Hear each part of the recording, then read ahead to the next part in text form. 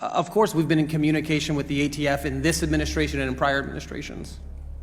Talking to the director? You've talked to the director? I mean, we work with ATF across administrations. Have you talked to the director? It's a simple question. Yeah, I've communicated with the director. You've talked to Mr. Dettelbach? Of course.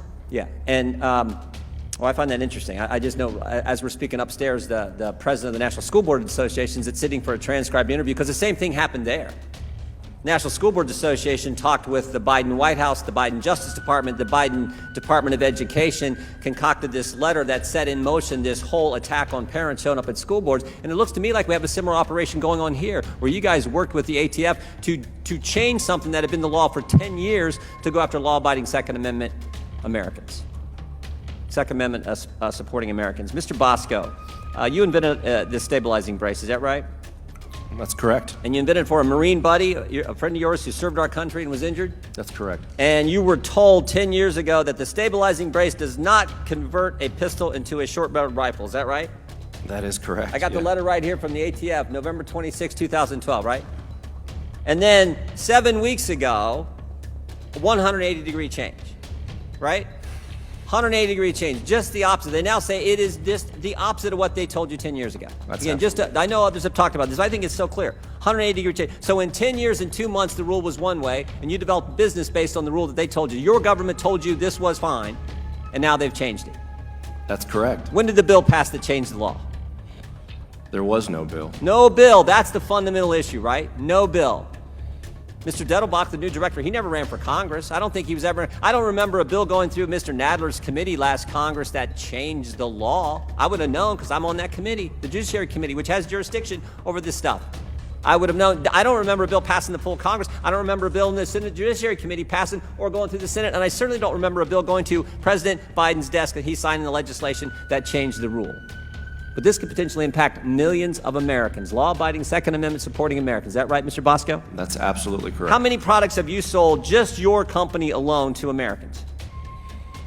How many stabilizing braces have you sold? Many millions. I can say that from 2020 to today, which are the years that the ATF didn't concern itself with when it did its impact study, we sold, our company alone, 2.3 million braces. So while they were doing their study, they didn't count the number of braces that were being sold? They didn't count in their impact study. That's probably because Mr. Wilcox's organization told them not to count it, right? I don't want to.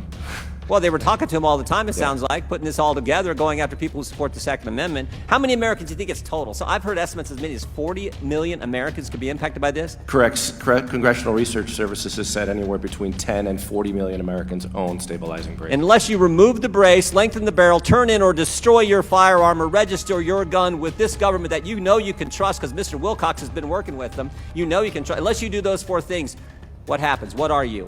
A felon. A felon. A felon for something 10 years ago they said was just fine. That you built a business on, and the business started because you wanted to help a man who put the uniform of his country on his back and served our country and was injured, and now they're going to put you out of business and make people felons. So what you're seeing right here is actually kind of a really terrifying example of one of these three-letter government organizations, obviously at this point the ATF, basically working with left-wing activists to subvert the Second Amendment and thereby make law-abiding Second Amendment supporting citizens who had this particular firearm accessory, making them pretty much felons without anybody knowing, without Congress passing a bill, without President Biden signing anything, without people even being aware of the fact that now they are owning an accessory that it is now legally against the law to own. So this is this is an example of the ways a lot of these sort of lobbyists, a lot of these left-wing organizations